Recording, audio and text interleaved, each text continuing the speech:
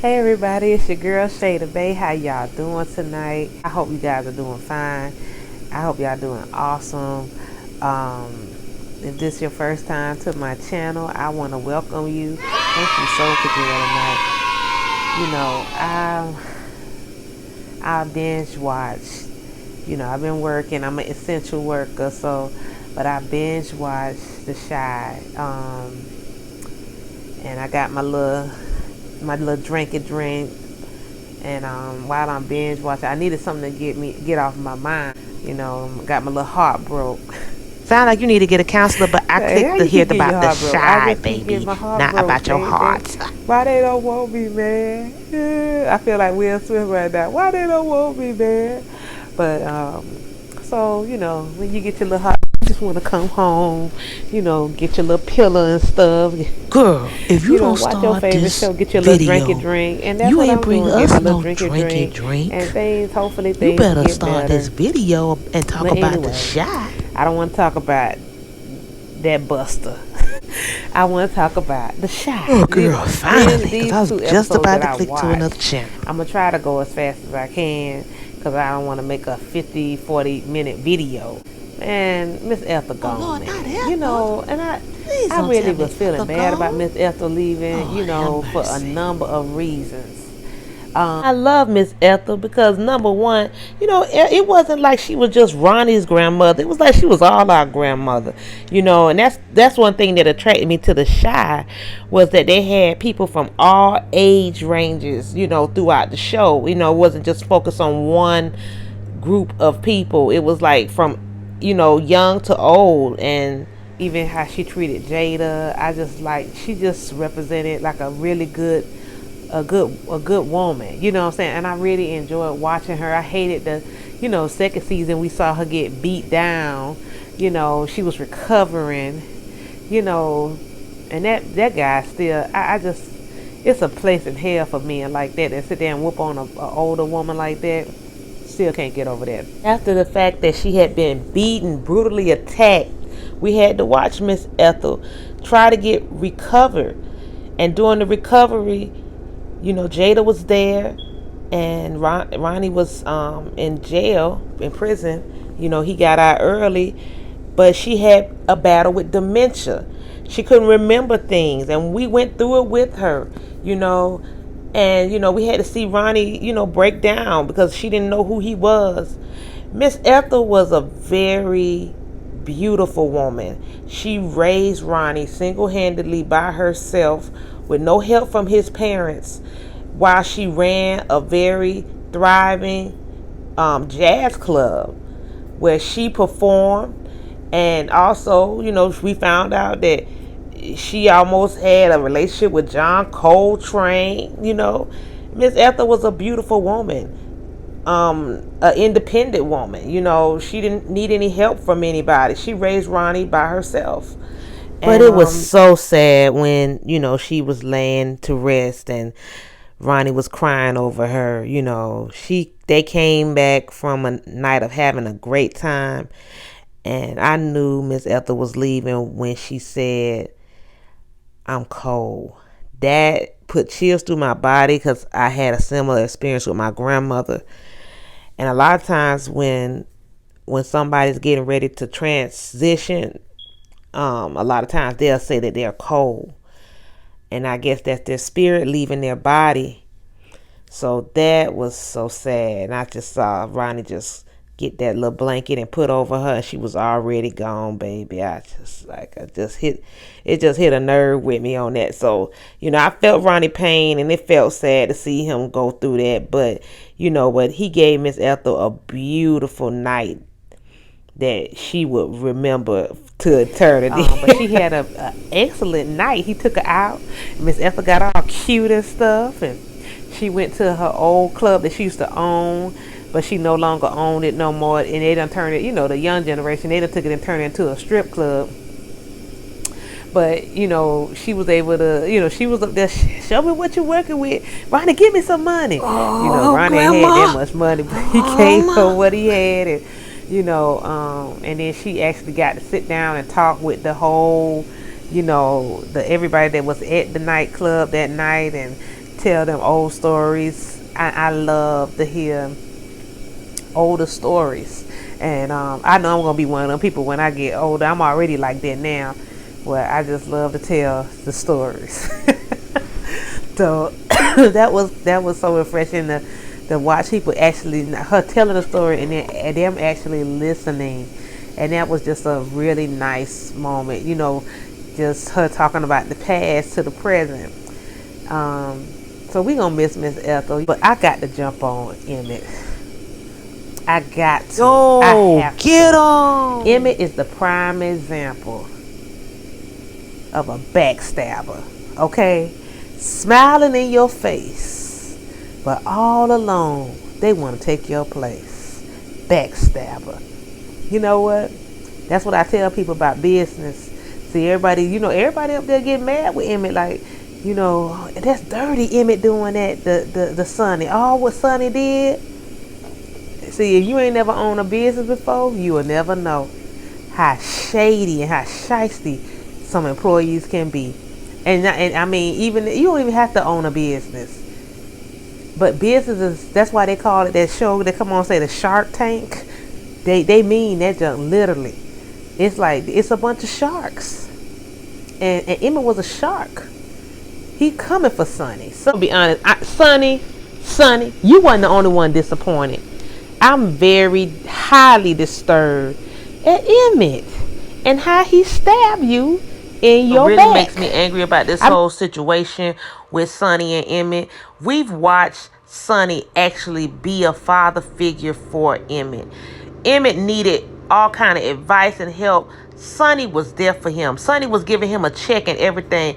Emmett just done got in his mind that he wants a legacy for himself. But dude, you trying to build a legacy on a man legacy. This man been running this kitchen before you was even thought about, before Jada hooked up with Donnell and made you, you just sitting here under barely hitting 20 years old. This man been running this business 30 plus years, and you want to take his legacy for him and build your own legacy.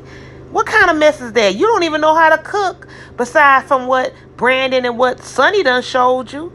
Just cold-blooded, man. And that's what made me mad with Emmett. I really was disappointed in him. You a hater. Emmett's a hater. So then Emmett and Dominique go to make a proposal to Zeke, which is Little Rail's character. He owns the building that Sonny rents from. And this dude couldn't even get more shiesty. It's like he's getting shiesty about a moment.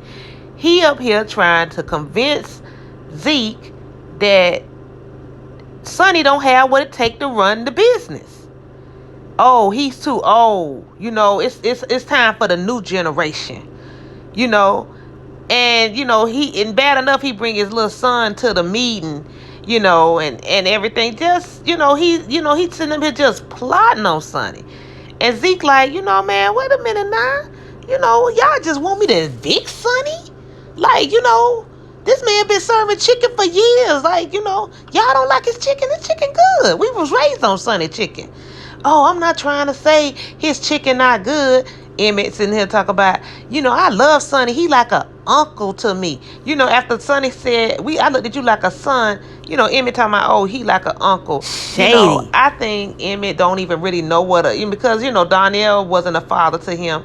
So, I don't think he's even open to receiving a father's love. I think that he don't even know what a father love look like, But, Zeke didn't seem like he was really cool about, letting them take the place. And he said, nah, I'm not going to kick Sonny out. But before the meeting was over, Dominique slid one of her little cakes, and then, he started looking at that cake. He like, dang, you made this cake? She's like, yeah, I made this cake, and, he said, well, it looked pretty good. She said, it is good, So, he said, y'all get out of my office. Y'all got this little baby in here. You trying to give me this little cake. Trying to take Sonny business. Man, what's did Sonny ever do to you? And Emmett just in there even just further trying to put insult to the injury. Talking about, I know Sonny can't afford to pay you. He's not making no money. That's why the new generation need to come in here because, it's over with. You know what I'm saying? But my thing is, First of all, Emmett, speak for yourself.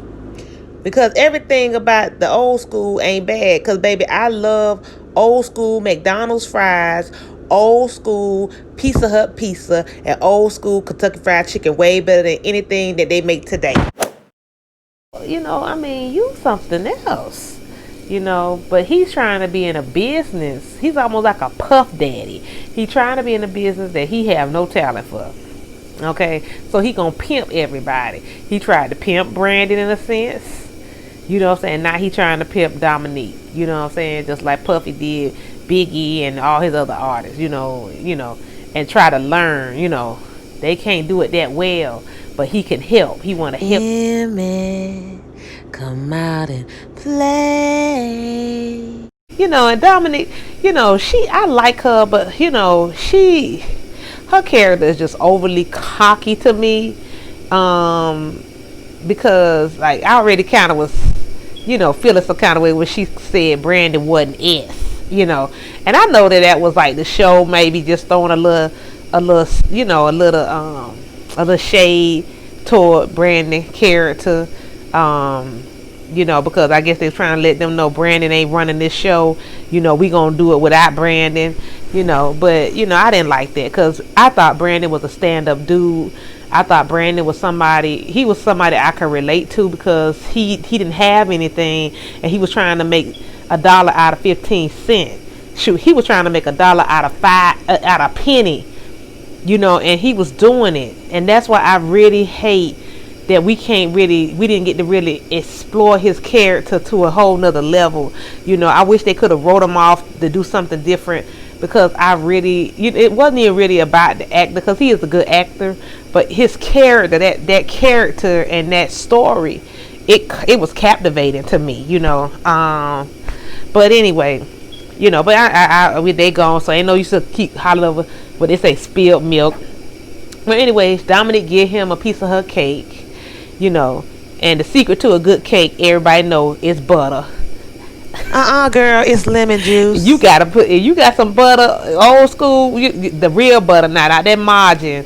Some butter. She probably put her grandma showed her how to put the butter in there.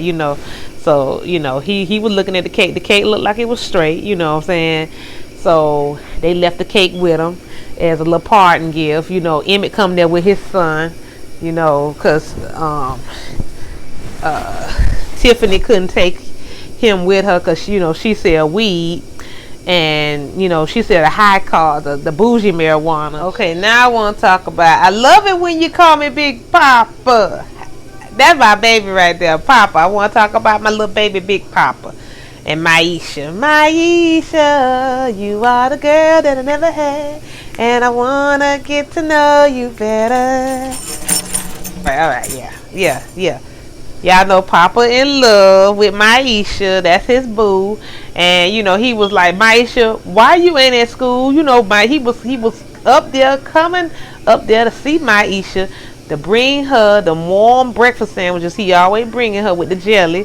And Maisha was like, boo, I can't come today. Maisha looking cute and stuff. She's like, boo, I can't come today. I gotta stay home because my mama done lost her job and I gotta watch these kids. And we seen that she had to do that in the first season where she couldn't go to school. Yeah, it was the first season where she couldn't go to school because her mom needed her to watch the kids, and she got a lot of brothers and sisters, and she made Maisha stay home because childcare too high and she couldn't afford childcare, so she made Maisha stay home and watch the kids, which I think is so sad, because she has to miss out on her education to watch her younger siblings, and I really feel like that's a poor thing for her mom to push on her. So I really feel for Maisha on that. But anyway, Papa, he sees that, his boo hurting. So like a man, he ain't a man yet, but he got so many male qualities. He goes and he, try to handle it. So he goes and he digs in his daddy church building fund money. I don't know how he made it out of there though, cause them churches don't play about that building fund money. But he up there trying to count, trying to go in his daddy's stuff now. I feel his passion, but he still was out of line digging in his father money. But he was his daddy. But what's it say? Let me get that belt. Daddy saw him. He's like, wait a minute now. What do I got to get my strap? He like, well, Dad. The thing is, my girl, her mom making her stay home to watch her brothers and sisters, and they need money. They really need this money.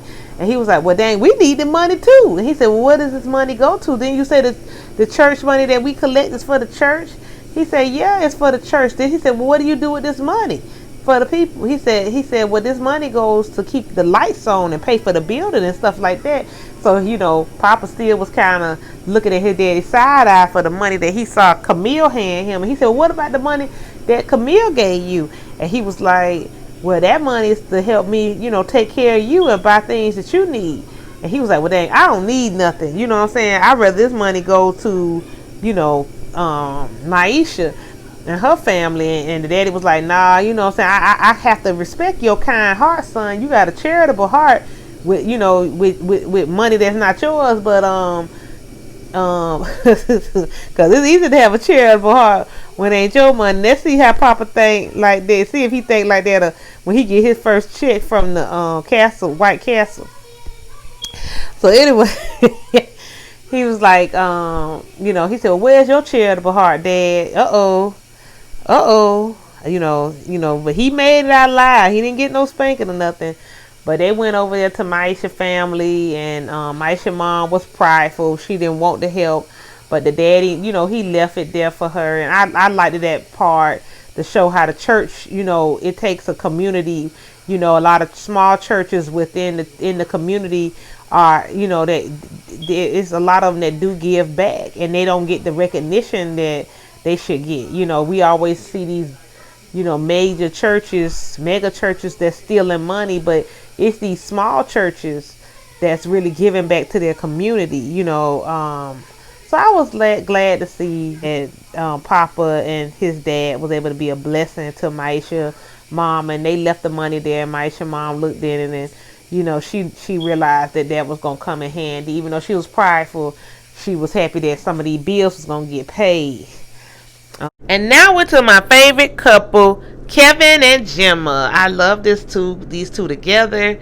Gemma has been by Kevin's side ever since they've connected, and Kevin is still dealing with the fact that Keisha's missing. He didn't want to tell Gemma. Nina asked her, because Nina met her at one of their school events, and Nina said, did you tell your girlfriend about Keisha? And he was like, no, because I don't want her to feel sorry for me. He doesn't want anybody's pity. He just want to be a kid and just date without all the extra stress about worrying about Keisha. But eventually he had to tell Gemma, because Gemma was requiring a lot of his time and for him to be present. And he was focused on so much on, he was trying to, be in tune with his mom and his sister and everything like that. So he had to come clean and let her know, boo, it ain't all about you like that. I got a life too, but, it is what it is, calm down. So, once she found out what was going on, Gemma was trying to be supportive. She tried to, ask her mom some questions about how to handle this, and her mom, as, being, just a woman running around, gossip. She tells other people, and, while Kevin and Gemma was at the skating rink, Gemma wanted to invite her friends. She said, can I invite my friends to come over? Kev really wasn't really feeling it, but he said, okay. At that point, he was texting Jake and Papa to come through, because he was like, dang, I don't want to be here with her friends by myself. But while he was skating, past her friends, he overheard them talking about Keisha. So then he got upset and he came to Gemma. He was like, man, I know Jake the one told him about my sister. Gemma kind of had her head down, looking like, dang, I can't believe he overheard this, but I'm going to treat my baby right. So he went over there and took him to the International House of Pancakes. He goes there every year, with his sister. But and so when he gets there, the waitress already knows who he is and what he want. She said, well, I have what my man having. And she gives him, she said, well, you don't have to worry about the bill, Kev, I got that. And he goes, your gift. And she gave him a brand new iPad. And he like, dang, baby sugar mama, dang, you got it like that.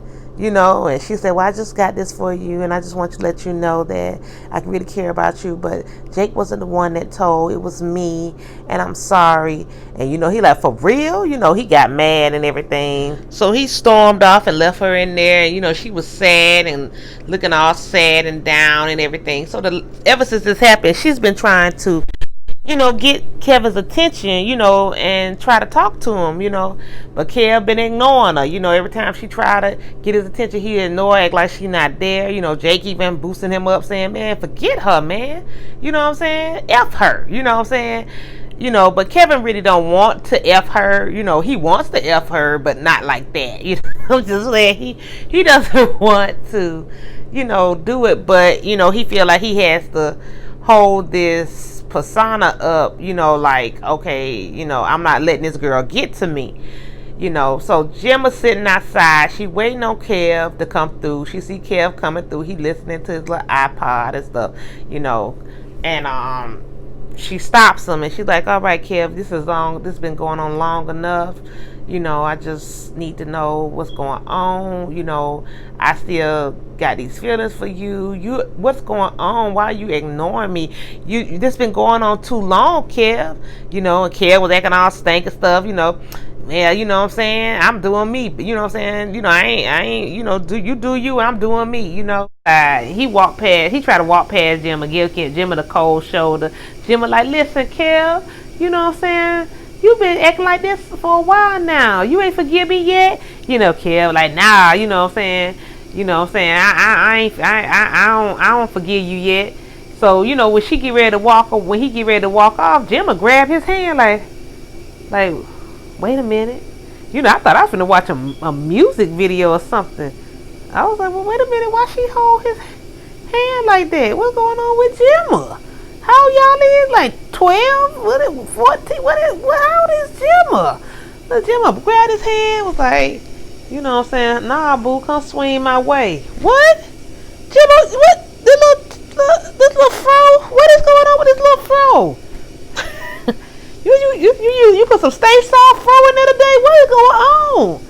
Shoot, Gemma said, swing my way. Kev was like, now he was acting funky and stank before, but as soon as she said, shorty, swing my way, oh yeah, here come Kev. She said, my daddy not home.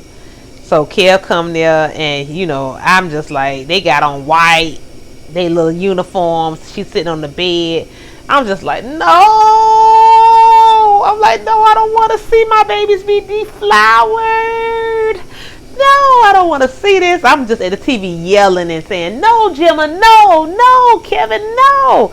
I don't want to see this. I don't want no parts of this right here. This is not right. Please. I'm like, Gemma, please. I sound like a slave. Gemma, please don't do what we all done went through, Gemma. Please. Just keep your legs closed, Gemma. Please. Please, Gemma. Please. Don't fall for it, Gemma. Please. I'm just begging her. Don't go what we've been through, Gemma. Gemma, don't do it, Gemma. No. Shoot, I was getting hot with Gemma. And she was like, Gemma was really feeling herself though. Gemma said, you have my permission. I was like, dang. We done went from entanglements to permission, honey. Oh, she said, you got my permission. She said, it's okay. You got my permission.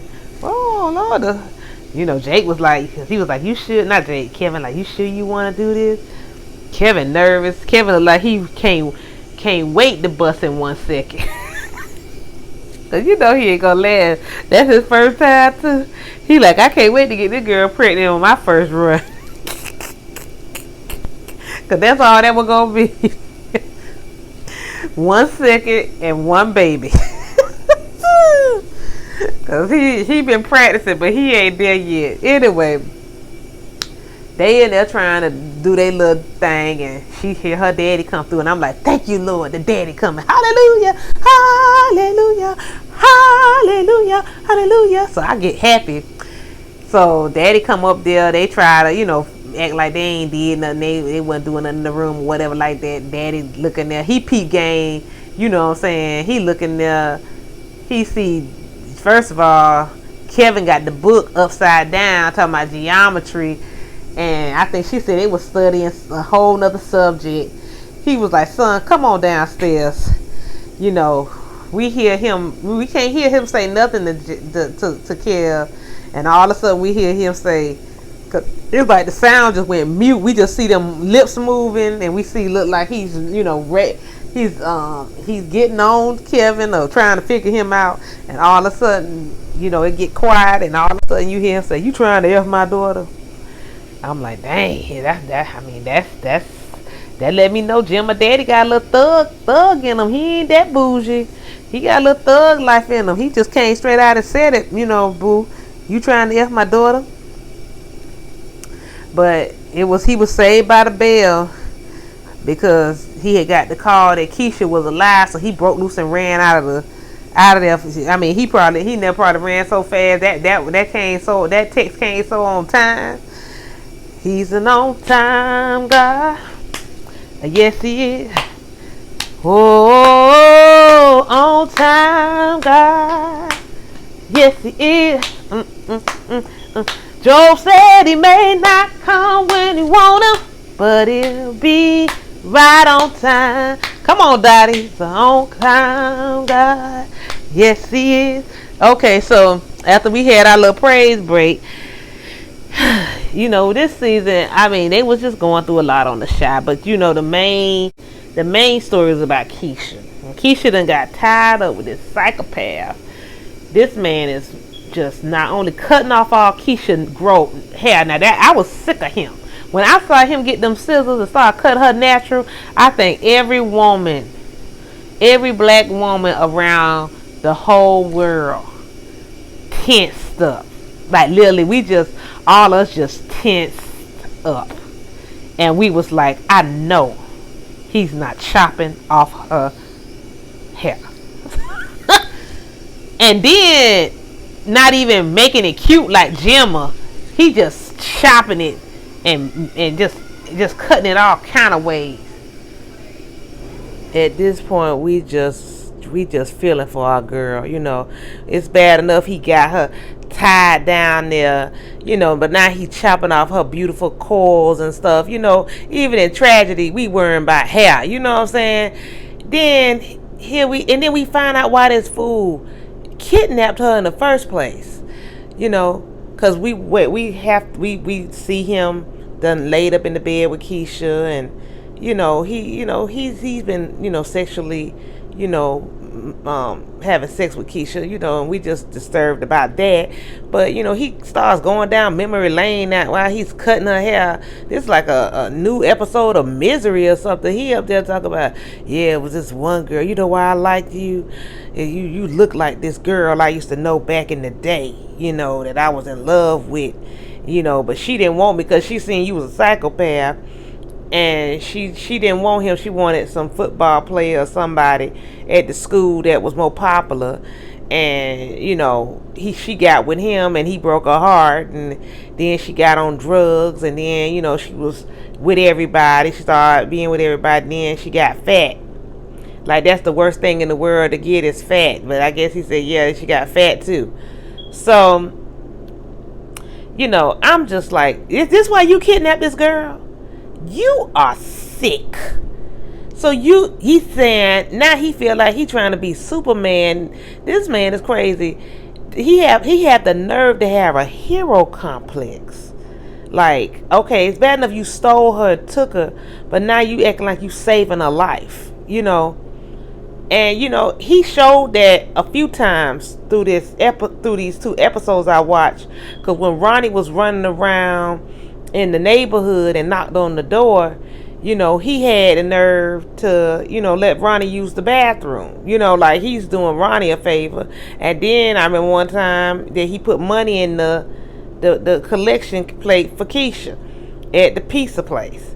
So, he act like he's some kind of citizen, some good citizen or something. This dude is sick. When I tell you sick, he's sick. But the shop played too many games because when Ronnie was knocking on that door, asking, did somebody hear somebody scream? And then the next minute he asked the dude, can he use his bathroom? Now we all know. I don't know who does this, but I'm funny about the public restroom. Why would I let a stranger, let alone a homeless person, come in my bathroom, not knowing his mental capacity or anything, and let him use my bathroom? Like I don't got a pot to piss in, and he a man. You know what I'm saying? So that means if he ain't going around peeing, because men whip it out everywhere. If he ain't doing that, he doing number two. But if he got that buggy, he gonna have to make it the best way. I'm sorry, baby. I ain't not letting nobody don't know in my house, let alone use in my bathroom, and I don't know who they are. But Ronnie, he was set on trying to find Keisha, and he did, and I really was proud of Ronnie that he didn't give up, because he had a lot of obstacles facing him, with the death of his grandmother, and he had a service for his grandma, and during the service, Jada came by, because Miss Ethel didn't want a funeral, and during the service, he made a beautiful speech about his grandmother. But after he finished, he chugged down some liquor. And Jada saw him and he said, "Hey, Jada, I didn't think you was going to come." And she said, "Yeah, I came, Ronnie. Me and Miss Ethel was close. She was more than a patient to me. She was a friend. Yeah, she was real fond of you." She said, "What are you doing, Ronnie?" He said, I'm trying to celebrate the life of my grandmother." She's like, "No, no." He said, "Well, you know what? I want to apologize for what happened when we was together." She said, No, no, no, no, no, no, no. We was never together, Ronnie. And if you was truly sorry for what happened between you and I, you would stop drinking like Miss Ethel wanted you to, and be the man that she wanted you to be." And he was like, "Well, I'm celebrating. Everybody's drinking." She said, "It don't matter about what everybody else do. You don't have to take a drink. You are alcoholic, and you don't need to take a drink. And you need to stop it, Ronnie, and do better. Do better, you know." And then he was sitting there looking at her, gaze like he was in love or something. Like, "Now I can see why my grandmother liked you so much.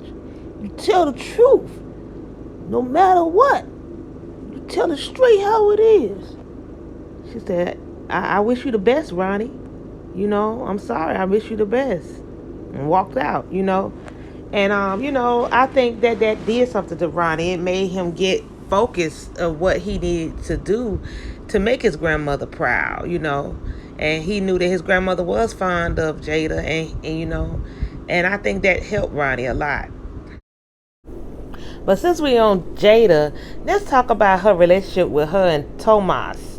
They've been hot and steamy since they met, and she met his family, and Jada was trying to go home, but she forgot to remember that she had let Emmett and his baby mama and her grandbaby live with her, and because Emmett is trifling along with Tiffany, they in Jada place. She got a 1-bedroom apartment. They in Jada place and got it filthy, nasty. Cereal everywhere, clothes everywhere. She coming in there acting like she got her place to herself, and they home and the house a mess. And they jumping up and "Oh, you home early" and all kind of stuff. And she like, "I don't believe this." Embarrassed, just straight up embarrassed. And Tomas, she goes outside and Tomas is like, "Your son using you, man. She's like, "Wait a minute now, Tomas, you doing a little bit much. That's my son." He's like, "Yeah, but he's taking advantage of you. He needs to have his own place. He have a family. He needs to have his own place. He shouldn't be living off of you. How long you gonna let him Do you like this? He can make it on his own. And she like, no, he can't. Because she remember when he came home with the garbage bag and the big black eye that he got on when he was on the bus stop when Tiffany brothers jumped him and beat on him. So she just feel like she have to, take care of him, because Emmett hasn't been stable. But she knows it's the truth, and the truth hurt, So she come in there, she gets some straightening with Tiff and Emmett, and ask them about when they was getting ready to move the following week. And then Emmett like, well, Ma, about that, we gonna be here a little longer. And she like, boy, no, you told me a day, you and your girl, and night, what's going on? And he's like, well, I think we gonna have to be here like maybe a little, like 6 months to the rest of the year. And she like, no, and I see why. Because you staying with your mama in a 1-bedroom, you and your wife, it's already overly crowded. But one thing I learned growing up, when you stay with people, always keep their house clean. Don't be home when they not home. Be home when they home. But when you there, always look like you cleaning or doing something. You staying there rent free, and y'all tearing this woman place up. Emmett got to go. He's burning bridges with his mom, and he's wrong. He's taking full advantage of Jada, and Jada knows it. Hopefully she changes, for the, she realize that he can take care of himself. Not only that, him and Tiffany is trifling because Tiffany going to to Hannibal's weed house and putting 4 racks for some more weed to sell. Okay, baby, if you could put 4 racks like that, why y'all can't get no money to put down on a place to stay? What is Emmett and you doing with y'all money? You know what I'm saying? Y'all need to get on y'all own if y'all gonna make this work. Y'all don't need to be laying up on Jada. Both of y'all, between the both of y'all sound like y'all got enough money. Because Emmett was making a lot of money with Dom at night. Where that money been going? I know he wasn't buying all his food. He was a freeloader using Sonny's food. I know he was. Okay, so y'all need to get y'all coins together and get out of Jada's place. Hopefully Jada, eventually, wise up and let them go. You let them go. Your baby's gonna be all right. They're gonna find a way. Sometimes we be trying to do everything for our kids and stuff, but sometimes we gotta let them make their own way. Tiff selling that high-end weed that Hannibal make, so she making a killing. And now she got a discount that Emmett helped her get, because he hustled Hannibal and got her a discount, so she'll even be making more money. So they got enough money to move. But Tiff got a reading from one of her customers that didn't have no money, and she said, well, let me do a reading. And she told them that that their relationship was going to be tested, and that Emmett was not going to be able to be faithful to her. And that's demons talking to demons. So basically, demons know what's up. They already know he has a weakness. So it wasn't like nothing that we didn't know, because we already see him and Dominic is on a very thin line, and they finally crossed it. Yes, boo, they done crossed the line. Now Emmett is gonna really be suffering, because the wrath that Tiffany gonna give him, he gonna hate. He ever fooled up with Dominique. Well, since we're talking about broken homes, it brings me to Otis and Rosalind Perry. Duda adopted Jake as his, as a child in his house, and eventually Jake followed him around and just had so much admiration for Duda. He started looking at him as a dad and started actually calling him his dad, openly, and it touched Duda. I think that I might be one of the only people that really believe that Duda really cared for Jake. But, Jake has his suspicions now, because he's heard it through the grapevine through his brother Trig that, Duda's using him, And Jake just been through a lot. He's been through a lot. He's not the average teenager. And he's been popping off on Doodah. Doodah been like trying. He even catching on. He been popping off every time Doodah asks him to do something or say something, Jake in his face. But Rosalind picked up on it. She said, "You know that boy know you killed his brother, right?" And Doodah like, "Nah, he don't know that. He couldn't know that." He was like, "Well, he does. So what you gonna do about it? You need to fix it." He's like, well, he ain't got a nerve to do nothing. I know he ain't gonna try to do nothing. She said, how you know? I think he is capable of doing something. And I believe he's capable of doing something too. You gotta understand, he was raised by Reggie. He didn't have the Huxtables, he wasn't raised in a wholesome home. He had Reggie being his parent. So, really, he ain't got nothing to lose. So I think at that point, dude, I said, well, let me go and talk to the little home, because I ain't got time for this, because I really believe that Mr. Perry does see himself in Jake. And he said that. He said, I'm just going to tell you the truth. Your brother was a liability. He was a wild card. He was doing his own thing. I told him not to do something. He did it anyway. It caused strife. It was going to be a war, and I had to choose if I wanted to go to war for him, or if I was going to go on and just let them take this pawn out. And basically, he said, I just let them take the pawn out. I'm not going to war if I don't have to.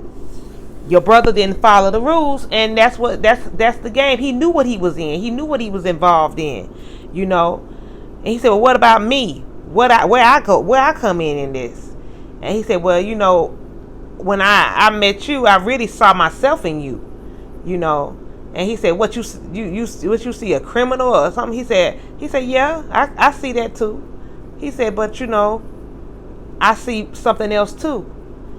And I believe him on that, because we found out later about Otis Perry, how he grew up. We met his mom, Opal, and I mean, that woman was like crazy, calling him all kind of names and saying he wasn't nothing. And that just lets me know what type of upbringing he had. Now I understand why he was so adamant about growing up being the mayor, and he had teachers telling him he couldn't do nothing. He had his mother telling him he wasn't nothing.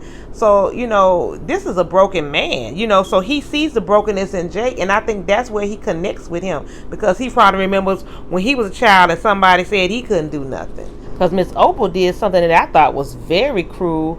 She seeked out Camille, his opponent, and offered to slander him for $10,000. What mother does that to her son, let alone her child?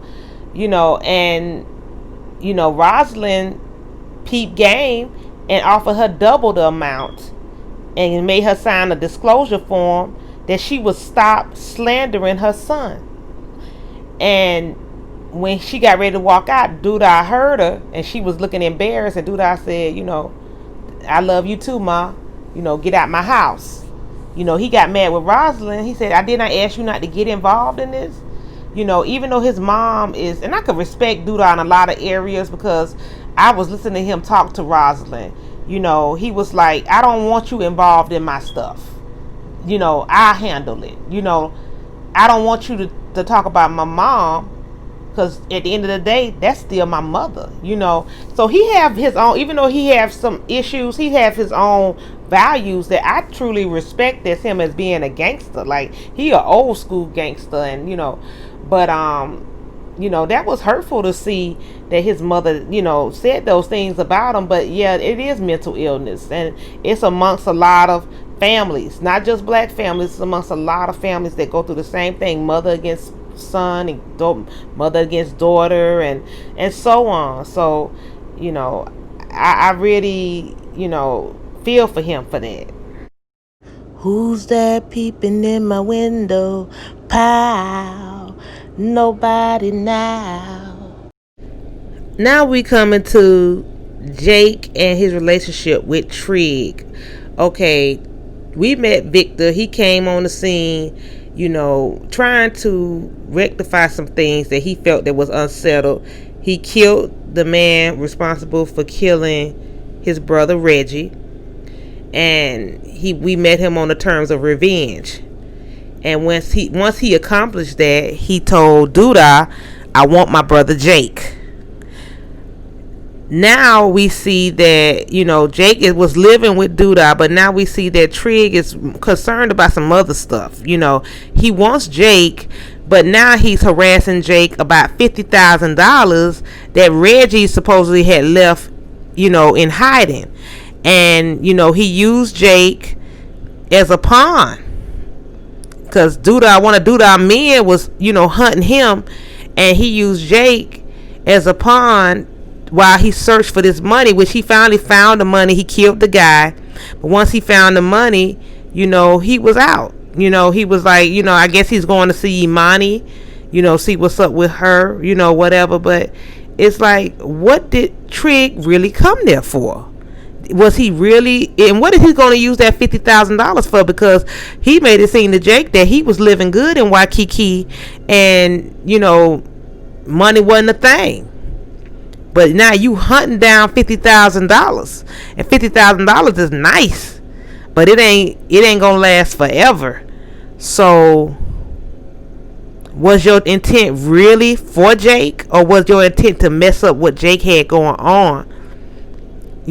Destroy or disrupt what he had going on, because he was living nice with Duda. Could it be a possibility that he was jealous because he never had that father figure? He never had the chance to live in a nice home and go to a nice school. Was his whole intention there to come to, interrupt what Jake had going on? Or was it really truly to be there and be a brother for him? Was it the money? So I'm a little bit torn, and I think Jake is torn too, trying to figure out who he can trust. Poor Jake, it's just kind of hard, because life is not easy for him. He's just basically put in the ring of fire with everybody, because he has no real specific covering. The most stability he has had has been with Duda. And I'm wondering if when Trig said he left, when Jake asked, well, why did you leave us? He said, well, because I wasn't a man yet. What do he feel like about his manhood now? Because he's not open about him being homosexual at all. And, Imani, even though she dresses as a woman and represents herself as a woman, she still was born a man. So what happens when she decides to change, or if she decides to change herself back to not being, a woman, and said, I want to put on a suit and I want to be a man again? Would he be comfortable as a gay man walking around with Imani as a man? Would he be okay with that change? Because that's a possibility. That could happen. I've seen it happen several times, so in real life. So I could imagine.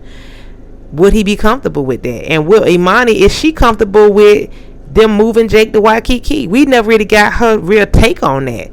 It's like she's there, she's a ride or die for him, but I don't know if she's really comfortable with Jake coming with them.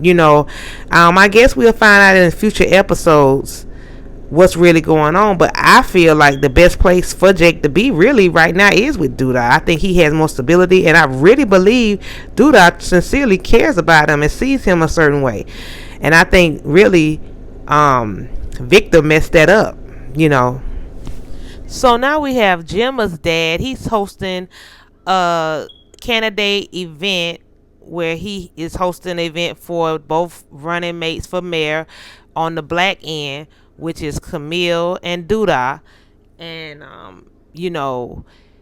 they got different people there to represent. It's an elite event.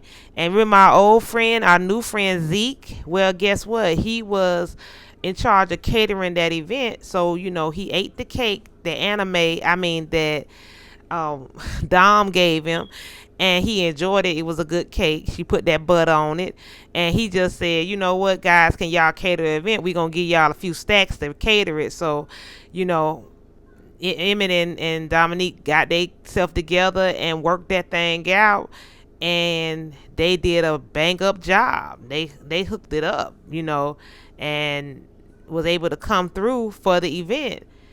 And everybody at the event was in love with the food, and because of that, Zeke loved it too. So because of that, he offered them 5 months in Sunny's spot.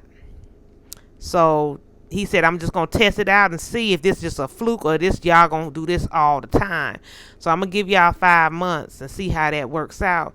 I'm not really happy about that, but what really made me sick was they both started having sex all on the, all in the kitchen and stuff. Her and Emmett. I ain't eating none of Dominique food. They just unsanitary.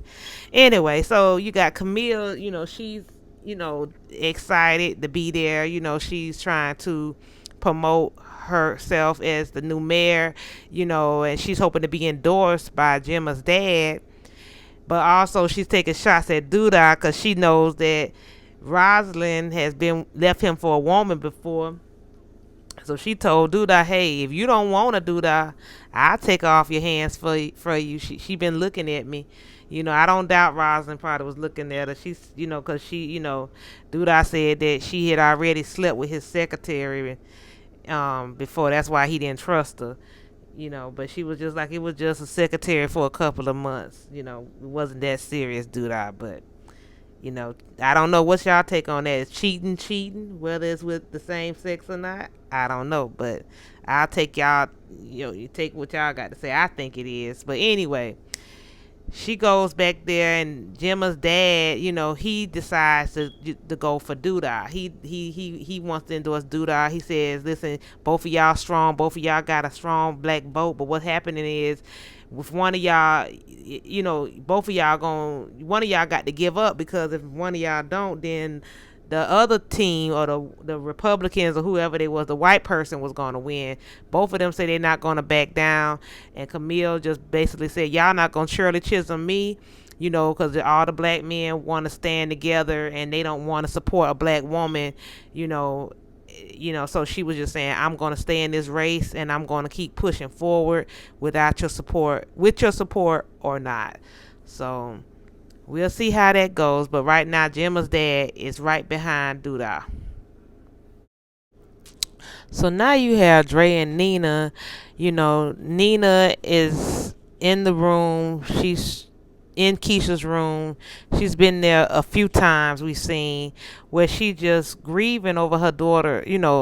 We got Dre forcing her and pushing her to clean up the room, which I thought was odd, because like Nina said, it had only been 2 months since Keisha was gone, but she was pushing Nina, saying, we have to let go.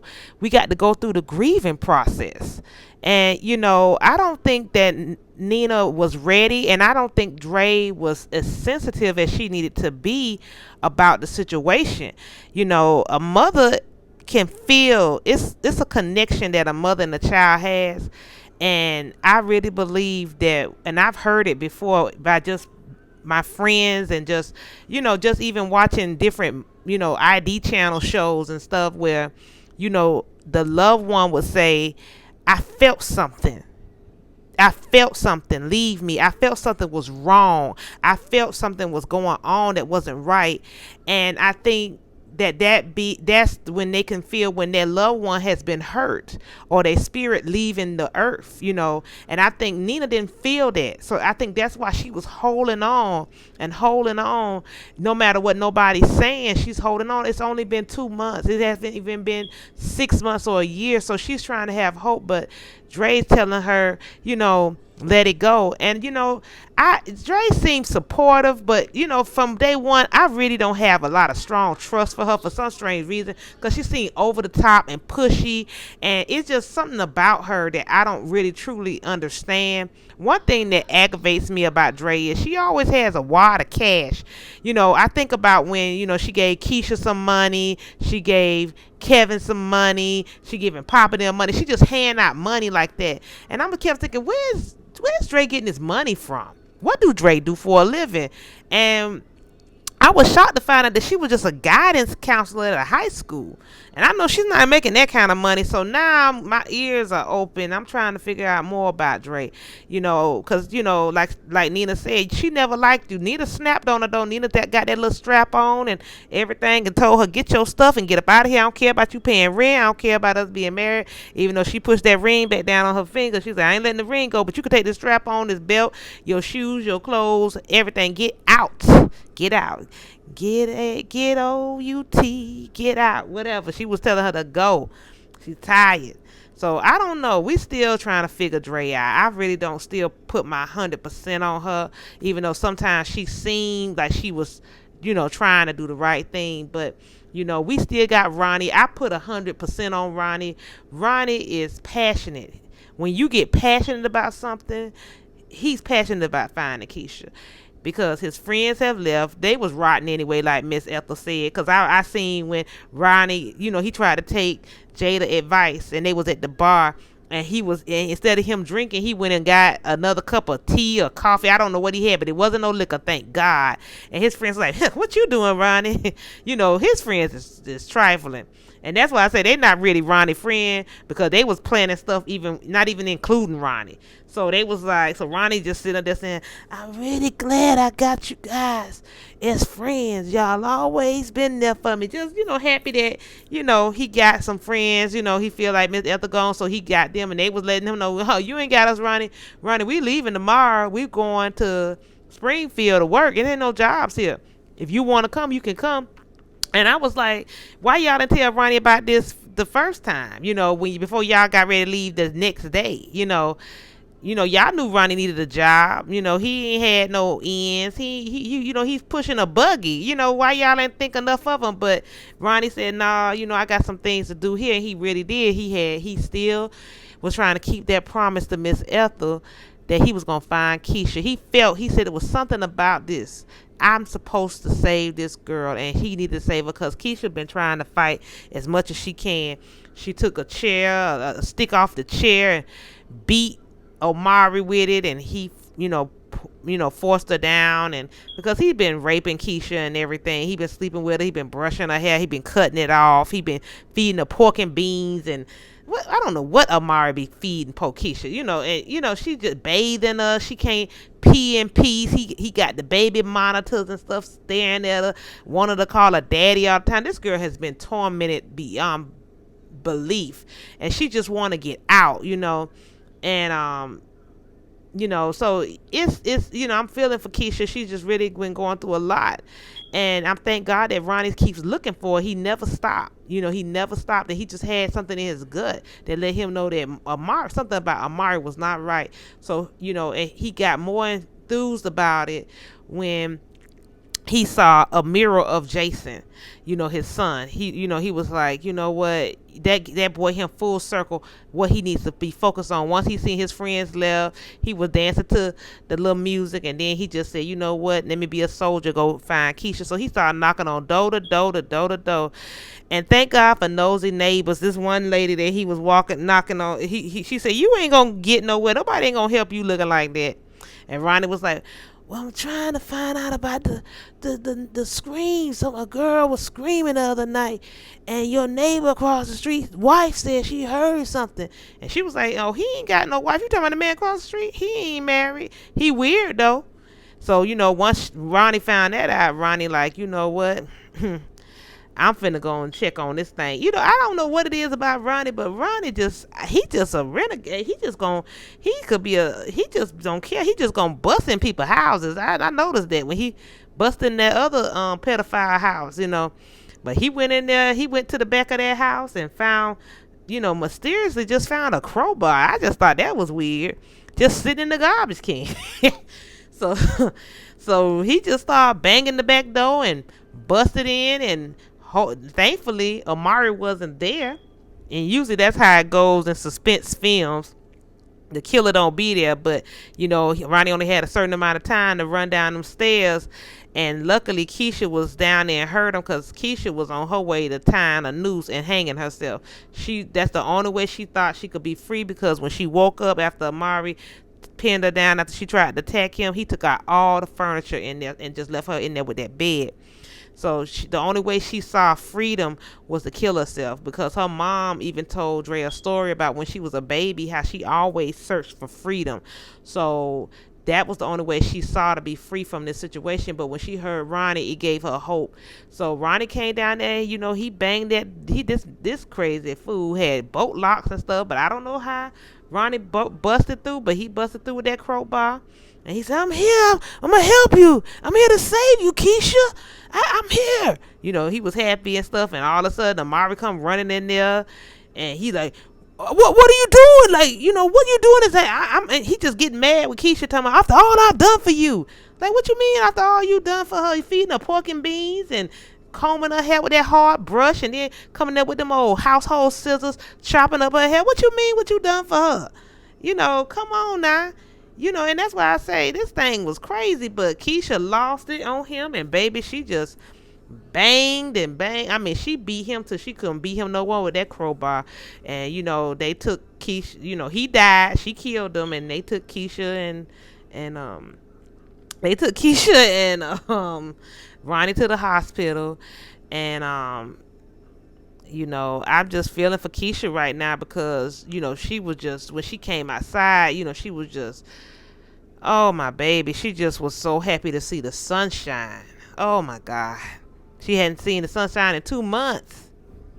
So Keisha mom, Dre, Kevin, everybody made it to the hospital.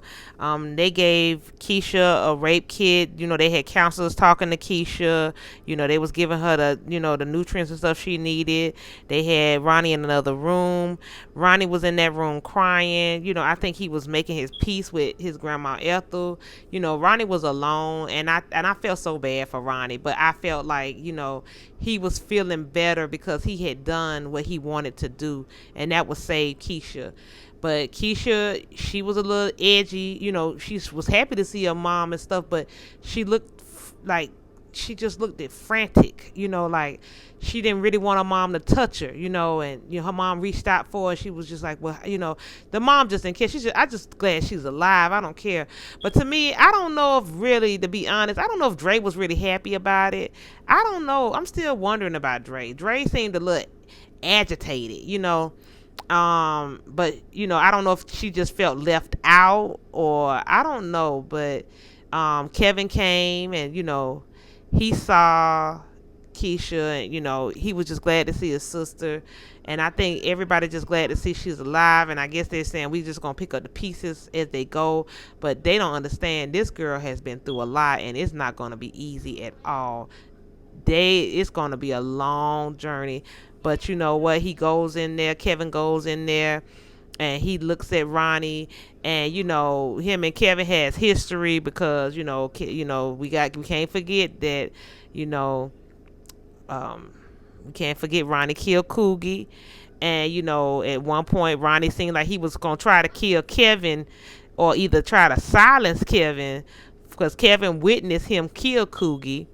And then you got and then Kevin shot Ronnie. So so they got history, but Kevin took everything within him. But he said, "Man, thank you.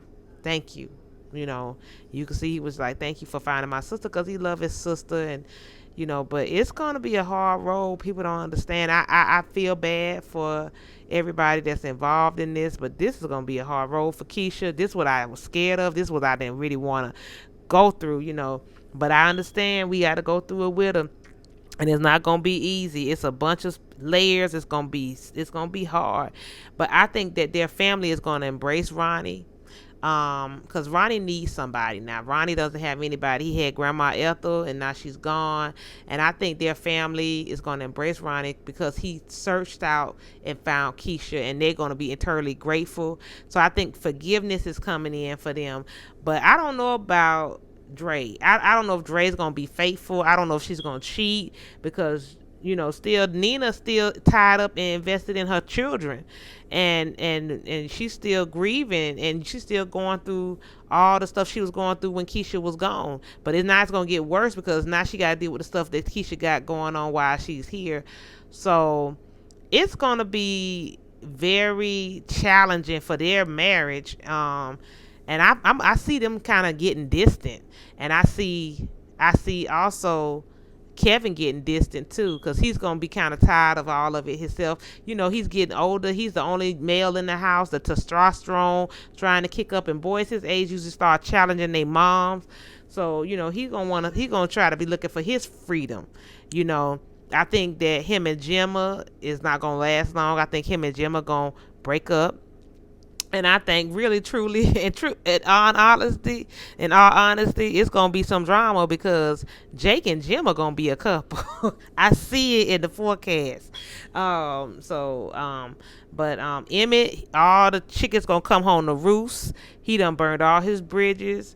You know, he gonna pay for all what he's done, and he gonna be doing a lot of begging, pleading, and crying and everything because he gonna see that he gonna see the error of his ways and how he's been carrying on and see who's really there for him and who's not.